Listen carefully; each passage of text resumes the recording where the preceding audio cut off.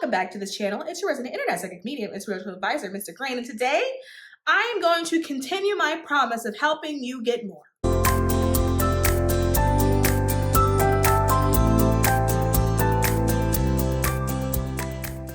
So the way I've been doing these videos recently, I have been channeling. So I kind of have this thing going where I have like one video where I'm answering one of your questions, and then like the other videos that goes out, I'm actually doing channeled messages. And so a week ago, so literally maybe at this point of posting, maybe about a week and a half ago, I sat down and I was like, Spirit, tell me what's going on in the collective. Tell me what is a block that is widespread at the moment and something that needs to be talked about and something that needs to be addressed. And so today's video is actually about that. Essentially what's going on in the collective, and this is very much a collective thing, and like what I blame it on the planets. I don't know. Everything is in retrograde. I don't know. I don't think that that's the case. I know a lot of people have been saying that. I just think that there's a shift in general in energy.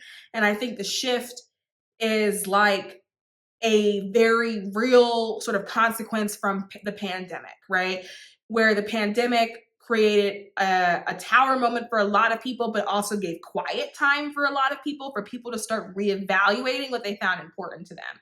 And I think now we're just kind of at the time where people are sort of hitting this wall where it's like, okay, am I going to address the things that I felt like were important to me, or am I going to continue living this sort of life? And so people are just kind of in a space where it almost feels like a crossroads, where people have sort of reached this fork in the road and they're deciding whether or not they're going to continue to live the same life they've been living, or whether or not they're going to figure out a way to find the courage to pursue this new path. And a lot of people have this desire to pursue a new path. And it's not like, oh, I want to pick up a hobby. It feels more intense than that. It feels deeper than that. For a lot of people, it's like a whole overhaul of life. It's a complete 180. You were going that way and now you want to go that way. It's like everything. It's how you want to live your life, the kind of lifestyle that you want to live. Career. There's a lot of energy in the collective of people just wanting a completely different job in a different field. It's a feeling of being bored. There's a lot of boredom in the collective. There's a lot of feeling of like, okay, I already been there, did that. I already know how I feel about that. I know that it doesn't really fulfill me, or it doesn't really make me happy. So I'm not really feeling like continuing with that.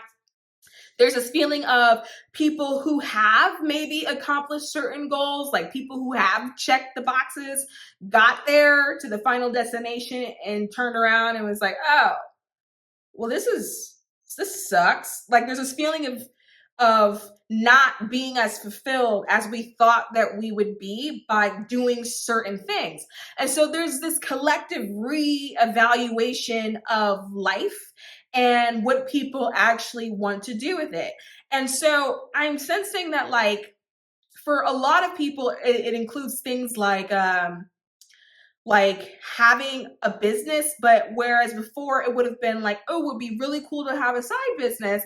Now it's, I want to quit my job and have a full-time business. So it's no longer the side business. It's like, this is my life's work, right? So things are bigger. There's a lot of dreaminess in the collective. There's a lot of thinking about what could be or what could have been, thinking about opportunities that wasn't taken. There's a lot of reminiscing in the collective at the moment.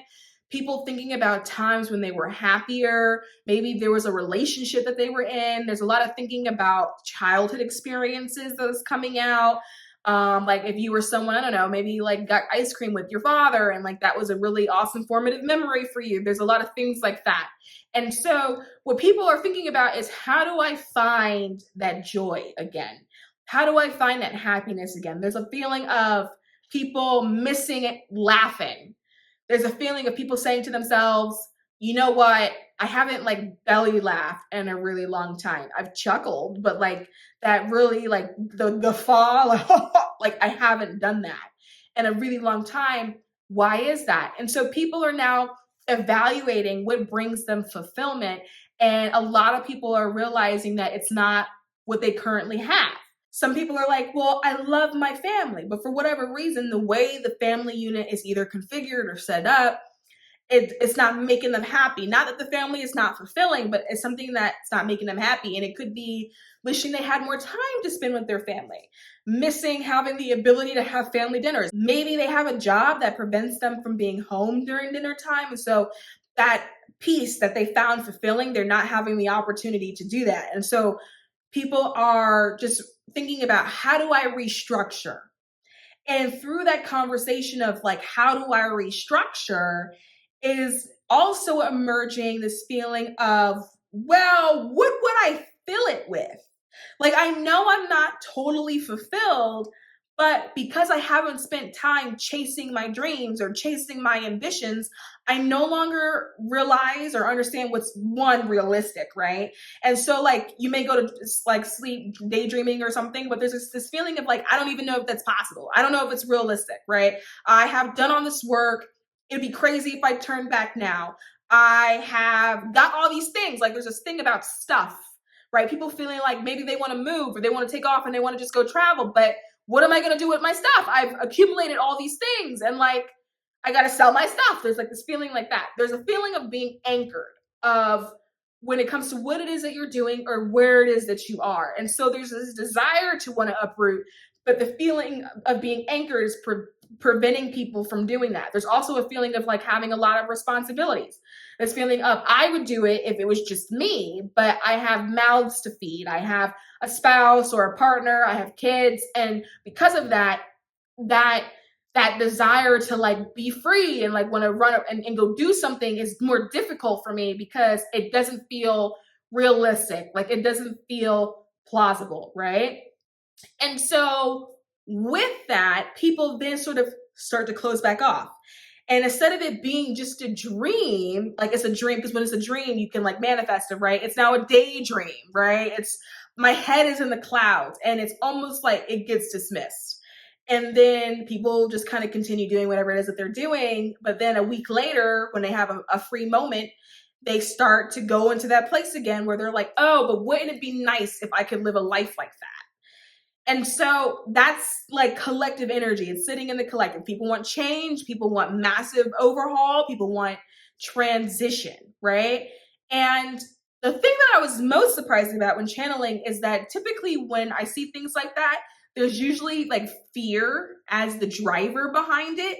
Whereas in this case, it's not really fear. There's a level of apprehension that's driving it, but the apprehension is due to not knowing what to do. There's a feeling of like, if I had the answer, I would do it. I just don't have the answer. I don't know how. Like, I need help. I need suggestions. I need someone to just give me a little golden nugget and then I can take that and I can run with it.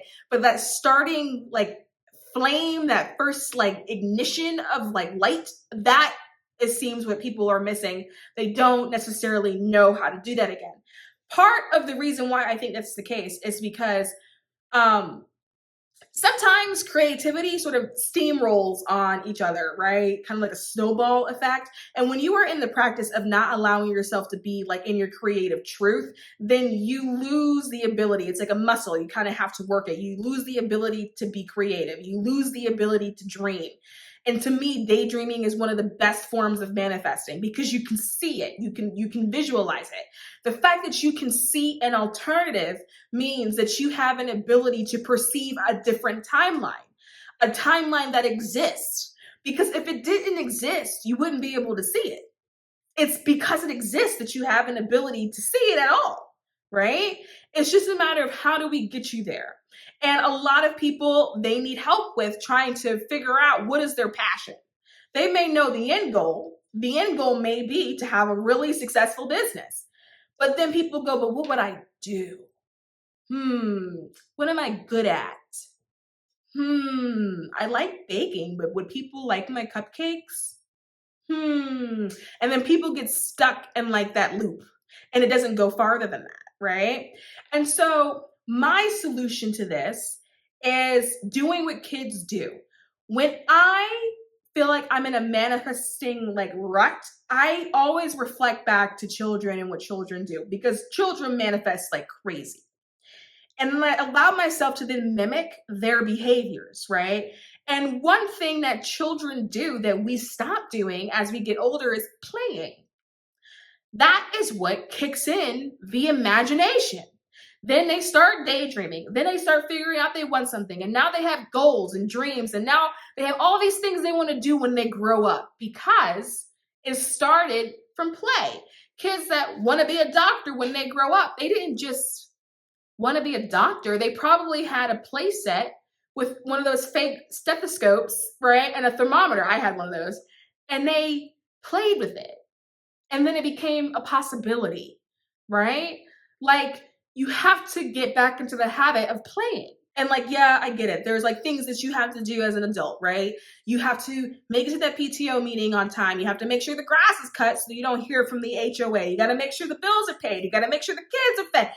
There's a lot to do. But because of that, we have completely fallen out of the cycle of fun. And because we're so far out of the practice of it, we don't even remember how to have fun.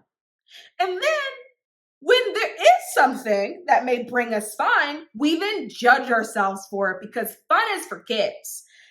I don't have time for fun. I got responsibilities, right? Playing is for children.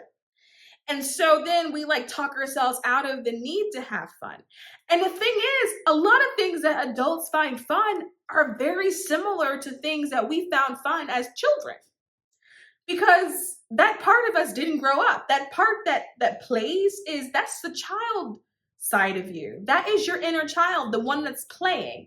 And so because of that, you actually may have very similar sort of childhood things that you like. It may have evolved a little bit because like, you know, you're an adult, but like it's the same. So think about like people who love cooking. Chances are as a kid, you probably had one of those play cooking sets or a play like grocery set. Like I know when I was a kid, I had like a play grocery store. And even my Barbie dolls had their own Barbie version of a grocery store. And I had the play shopping cart. And then I had to play food and stuff like that. I had an easy bake oven, right? So like people, you may cook may be your hobby, but it's still coming from a place of like childhood, childlike wonder. It still comes from things like that, right? Like I also really loved sidewalk chalk when I was a kid. I could spend days, hours outside from sun up until down with a bucket of sidewalk chalk, just making pictures all day long, right? I still play with chalk. I find the same level of joy and satisfaction from it today that I did when I was a kid. So if you're trying to figure out, well, what do I like? Well, what did you like to do as a kid? It probably hasn't changed. If anything, it could have evolved, but it's probably the same thing. What did you like to do? And allow yourself to do that. Did you like to finger paint? Well, go to a store and pick up some paint, right? And if you liked finger painting as a kid, finger paint now. There is not a rule that says that you must use a brush, right? But because of our adult brain, we think that we must. And so even our playing is measured and it's controlled. And then we sit here and we wonder why we're not having any fun. So do what you did as a kid. And then while doing it, allow yourself to release the judgment you have of yourself for enjoying that thing. And if for whatever reason you're just not there today, for whatever reason you cannot release the judgment today, allow yourself to play even with the judgment, because two things can exist at the same time. You can be playing and judging yourself at the same time, but damn it, at least you're having fun. We have to remember that it is normal to play, right? Playing is normal, and it's through play that you find exploration. And not only that, play is seen through all aspects of the animal kingdom. Animals play with each other. And not only do they play with each other, they play tricks on each other. And animals have jokes, and animals laugh. Some animals laugh. Some animals find things funny, right? Like anyone with a pet at home, you may have a silly pet where your pet pops out and tries to scare you or something like that, right? Dogs, they get bored. I always say dogs. I always use them as an example because of my dog, right? When they get bored, they will initiate play with you. Play is normal. And to fight that instinct in you, that is a form of resistance. Allow yourself to play so you get back into the habit of exploration, because when you're back into the habit of exploration, that imagination turns on, the imagination goes on, and then you start feeling inspired. Answers for how to do things, when to do things, they all start coming back to you because now your brain is now open to receiving those things. The part of the brain where all of that stuff lives, right? Creative inspiration on how to do things is a part of your brain that's probably dormant right now because you haven't used it in ages. Because, I mean, like, you're an adult and we fall into this pattern of like, adults don't do that. So, what can we do about it? The first thing we can do is homework. So I'm assigning you some, okay? I want you to work on not taking yourself so seriously. I want you to work on learning to laugh at yourself, okay? Because honestly, if we're really gonna be real here, I mean, we're all gonna die anyway. Like, there's only one way out. And the way you do this by not taking yourself seriously is learning how to play again. Because unfortunately, for a lot of people, it's something that must be relearned, right? Because even our words of what we say has changed, right? We don't say play anymore. We call it a hobby. What are you doing? Oh, I'm doing my hobby. No, you're playing. Kids don't have hobbies. You ever notice that? Kids just play. Kids have toys. They don't have hobbies. But when you become an adult, for some reason, you have a hobby. You have a hobby. You're just playing. You enjoy that thing, right? And that creates other issues where then adults are like, I need a hobby. And then they're looking for a hobby and they're like, well, I don't like that. I don't like that. I don't like that. Because that's not what it's about. It's about playing with things that you like. Just go play, right? So figure out how to incorporate that into your life. Maybe you have a job you hate. I'm not saying quit that job, okay? Do not put how you feed your family on me. That's just unfair, okay? But is there a way where you can incorporate more play into your work? Do you have a kind of job where you can like have headphones in and like listen to a song? Do you have a job maybe where you're like in the back stocking shelves, and if you dance a little while you're stocking shelves, no one's really going to see you, but you're enjoying it because you're having fun? Is that an option for you? Waking up early really sucks. For me, I'm not a morning bird. Is that what it's called? A morning owl? An owl is still a bird. Whatever. I don't do mornings, okay? But is there a way where you can make that more enjoyable for yourself? My thing every morning is like my Starbucks run. I love it. I don't know what it is about it. Something about the ritual of it all, I actually find really enjoyable. I can wake up begrudging the day, be so mad that I have to go to work. And there's something about going to Starbucks and knowing I'm about to get a latte that just lights me up. And while I'm doing it, I'm about to have a moment of vulnerability, so I need you not to judge me. I have something I must confess. Every morning on my way to Starbucks, I blast K-pop really loud in my car. And I really enjoy that, okay? And it brings me a lot of joy. But after I get my breakfast sandwich and my latte and all of my K-pop, guess what? When it's time for me to start responding to emails, I'm good. I'm up. I'm on. I'm ready to go. What do you need? In your relationships with your loved ones, could you add play there, right? Could you have like a family game night? Like, could you play Marco Polo in the pool with like your kids or like your nieces and nephews? Could you do something that you actually enjoyed when you were a kid and enjoy that same thing with your current kids? And allow yourself to understand that, like, when you are in that place of play, you are now falling into alignment because you are now rediscovering things that you naturally enjoy. There is no resistance. You're coming back in terms with your passions. And the one thing about passions is that passions can be monetized. And the reason for that is because there's no resistance. You love it. You're in alignment. For those of you that like cooking, could you make a scrapbook out of your recipes and just kind of like over time put them together and then one day put them all in an ebook and then sell it on Amazon? And then for those of you that was thinking, oh my God, I want to change, but I don't know what it was, but you did have the Easy Bake Oven. Now you have cookbooks and you wanted a business. Like, here you go. Play is the simplest form of pleasure. And so if you are someone that wants to overhaul your life in order to feel again, to feel fulfilled again, to feel inspired again. Allow yourself to play, because play will lead you there, because now you're inspired again. You're in a place of receiving creative inspiration. And that is what you want to do when you're in the process of manifesting. When you're in the process of getting something new, you want to be in that energy, right? Get back in touch with the things that brought you joy. Because honestly, if you don't allow yourself to relearn how to play, because that's where a lot of people are, they have to relearn it. If you're not in a place where you're going to allow yourself to relearn how to play, then overhauling your life won't help you. Because you can overhaul it, but that fulfillment that you're looking for, you're not going to have, because you're not allowing yourself to participate in doing the things that make you fulfilled. It's through play that eventually you will be inspired to take further action. It's through play that you will expand. It's through play that things will come to you, because now you're in a more higher vibrational state, because you are happier and you are more fulfilled.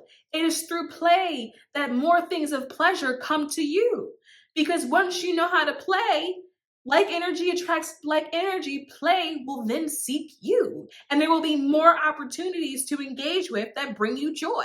The vibration of play has a purpose, and that purpose is pleasure. So recognize that, so you have an ability to experience more pleasure. We have this thing where we seek more pleasure. What will make me happy? And so we seek it, but we forget that we should also experience it in order to feel it. Because it's through play, honestly, that people end up in Europe somewhere with a backpack. I ended up in Europe at one point in my life with a backpack. Quite literally, actually. A whole backpack. Thinking about it now, I'm like, what the hell was I thinking? I mean, you could do it the other way, which is overhaul your life by planning the backpacking trip, which isn't going to result in anything other than you stressing about it, worrying about an itinerary, like laboring over the money that does or does not exist in your bank account, trying to figure out who's coming with you and who's not, low-key panicking because you don't think that people would want to come with you and you don't want to go by yourself, right? You can backpack that way, which sounds like a really awful way to backpack, or you can say, you know what? I'm going to go play. I'm going to go take myself to Europe and I'm going to go play. I don't know what I'm going to play with or who, but I'm going to go have a good time. All you have to do is find the area in your life that you want to change. Think about what you want to overhaul. And that particular area of your life is the area you incorporate more play into it. If you want to overhaul your family dynamic, add more play into your family dynamic. If you want to overhaul the relationship you have with your significant other, incorporate more play into that. If you want to overhaul how you feel about work, incorporate more play into that. You just have to incorporate more play, and then it will start to change itself. Anyway, I'm going to leave this video here, and I hope that gives you another way of viewing things. And as always, if you like what you see, subscribe to this channel, and I'll see you soon.